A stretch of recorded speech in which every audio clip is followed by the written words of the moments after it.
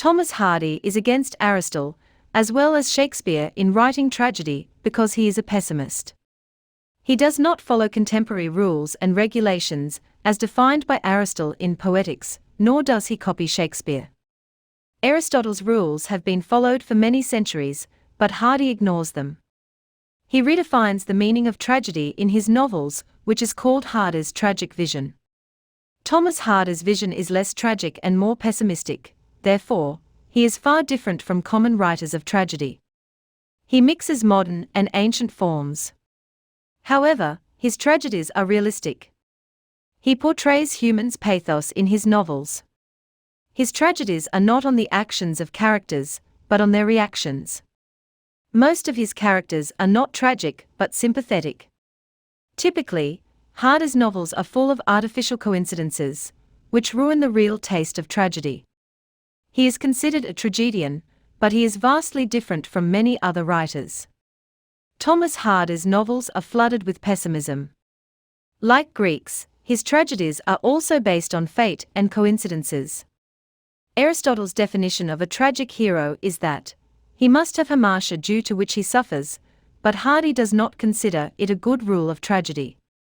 In his tragedies, characters are not responsible for their destruction, but fate and chances. Only fate is answerable for the downfall of the protagonist. Thomas Hardy's tragic vision is that men are puppets in the hands of fate, and thus everything is dependent on luck. The following factors make Thomas Hardy a pessimist: unfavorable events, chances, coincidences, fate. Every tragedy, which is written with the combination of the above-said elements, is termed a Hadrian tragedy. Aristotle defined the rule of hamartia, so that feelings of pity and fear could be aroused. Hardy's tragic vision rarely gives his characters hamartia.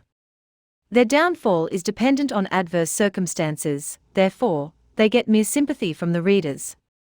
Thomas Hardy was not a misanthrope, but a pessimist. In his eyes, fate, chances and circumstances are the worst enemies of humanity. Chances and fate dominate free will in his novels. In this way, Hardy's characters have very less tragic flaws. In contrast to Hardy's tragic vision, Shakespeare's example is in front of us. His characters are fully responsible for their crimes. Thomas Hardy, on the other hand, is a pessimist, therefore, he has molded tragedy as per his own visualization. Thomas Hardy's vision is less tragic and more pessimist, therefore, he is far different from common writers of tragedy. His characters do not fight only with society, but also with their fates. Usually, their fight ends in failure. They cannot win from their fortune and ultimately meet their destruction. They are powerless in front of their luck. Every time, fate dominates the free will and the character is compelled to take such steps, which leads him to his annihilation. Most of his innocent characters like Tess suffer without any fault of her own. Due to the lack of tragic flaws, Hardy's tragedies do not shake the faith of people. We consider Hardy's characters as oppressed, who are miserable because of their powerlessness. Hence, if the character is not responsible for his destruction, then it cannot cause catharsis, which is the primary requirement of a tragedy. Another important element of Hardy's tragedy is his choice of characters. Hardy's characters are neither kings nor do they belong to the upper class. He always portrays the lower class. Tess is a clear example of it. She is a typical woman of a communal society. Hardy's characters belong to the lower class. Another example is Eustacia, who is also from the lower class in Return of the Native. It is also another important ingredient of tragedy, mentioned by Aristotle, which has been ignored by Thomas Hardy. In addition, the ending of Hardy's novels is fatal. He does not do justice with tragedy. Most of the time, his characters meet death and their death is sympathetic as there is no lesson in it. Only sympathy is not enough for tragedy in the eyes of Aristotle. A tragedy must shake faith and Hardy's novels do not fulfill this requirement. His ending is not justified as compared to successful writers of his era like George Eliot. Also from this point of view, he is different from other tragedians. Hardy's work defines his tragic vision.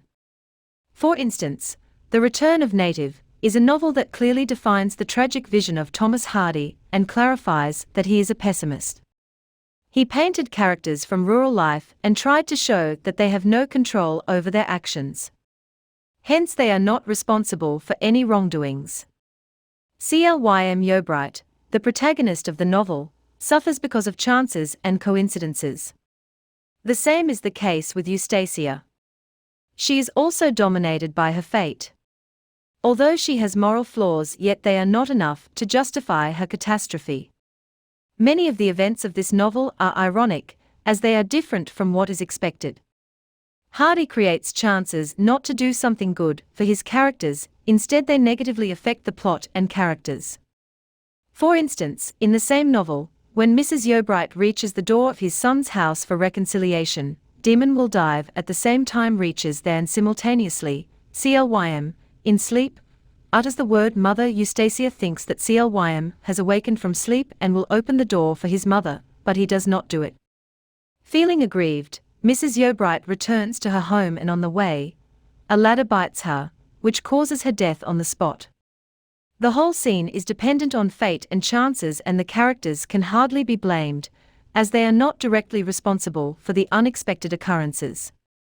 To conclude, Thomas Hardy is a pessimist and defines life as misery, therefore, his tragic views are different from common writers. He has his own vision of writing tragedies. Although he does not follow Shakespeare or Aristotle's rules in writing tragedies, yet he is successful in imitating life. He is successful in depicting human pathos. He is popular for creating a new form of tragedy. He defines what he sees with a pessimistic approach, and he is the master in doing it. We cannot say that his tragedies are defective, but it is his style of writing.